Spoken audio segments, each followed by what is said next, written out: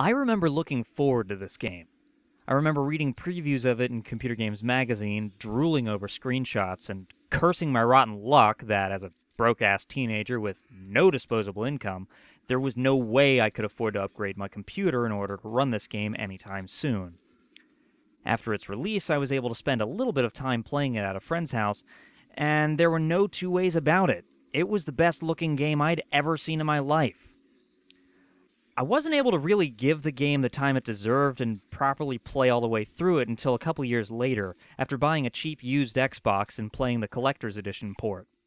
At that point, Doom 3 had already been deposed from its short-lived reign as the most technologically advanced game on the market, and even though the Xbox version was a technical marvel for getting the game to run at a decent frame rate on the limited hardware, my chance to play through the prettiest game in the world while it was still the prettiest game in the world had passed. Visually, Doom 3 was a huge leap ahead of what had come before, and all the years following its release, the improvements in video game presentation have been so gradual and constant that nothing since has been able to stake its claim as the best-looking game to date with such deserved confidence. So, that said, when I finally played all the way through it, it was kind of a slog.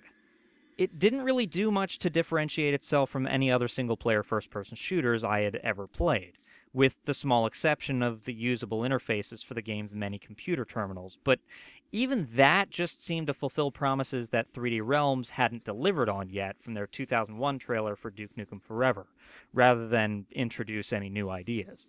It was another key hunt maze shooter, but set almost entirely in dark, cramped industrial environments that, while atmospheric, offered damn near no variety, save for a couple outdoor environments and, of course, hell, which is awesome. Overall, I definitely enjoyed my time with the game, but I also clearly remember that at a certain point, it started to feel more like a chore. It was just another conventional shooter, and it was more interesting for its historical significance as being what once was the prettiest game ever than for the experience it had to offer. And even though the game was a competent provider of entertainment, the fact that I had wanted and waited for so much more made me feel like the game was so much less. So when I saw the game for cheap on Steam, what convinced me to buy it wasn't really nostalgia. It was the awareness that there was a healthy mod community for it, so it seemed like a good investment. And also, I figured, screw it, I have my own PC, and I'm looking at a cheap copy of Doom 3, and even though the game is more than a decade old, I just wanted to know if my computer would be able to handle it. I actually don't do that much PC gaming, so it did seem like a legitimate question to me. And you know what?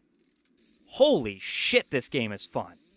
Yeah, the game looks dated, and yeah, everything I said about the cramped and repetitive environments absolutely holds true. But rather than running in one direction, I have to think carefully about where I've been, where I'm trying to go, and how to go about getting there. I had to really figure out my environment in order to progress.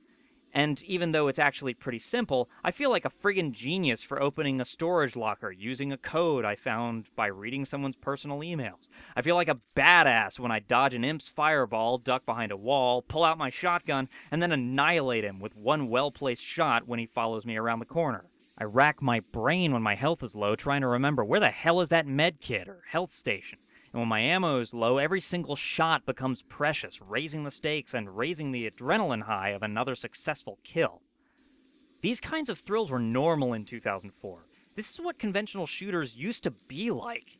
Transplanted into the year 2016, it seems like the most average first-person shooter gameplay provides the kind of excitement that AAA gaming fails to, with their linear environments that you pass through once and forget about, interchangeable weapons that all pretty much do the same thing, objective markers, regenerating health, and rigidly scripted, exposition-heavy story sequences.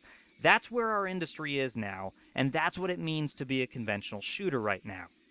When it came out, Doom 3 was ahead of its time in visuals, but behind the times in gameplay. But now, when its character models look chunky and awkward, when its particle and fire effects have been outclassed, and when its razor-sharp shadows are a relic, its demanding action, high tension, and intelligent level design feel like the next step in the evolution of fun. It just goes to show how lucky we were and how high our standards used to be, that a game as exciting and engrossing as Doom 3 barely got a pass back in the day. I don't want to be that guy who says that shooters were better back in my day, before they got all modern and mainstream, but I have to be that guy today, because they were. I don't even feel nostalgic for Doom 3, because I didn't really like it all that much back when I first played it.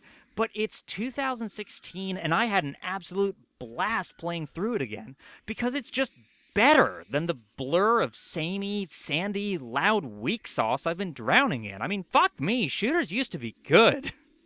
Seriously, play Doom 3. It's awesome. And if you find yourself itching for more thrills like it, you're in luck.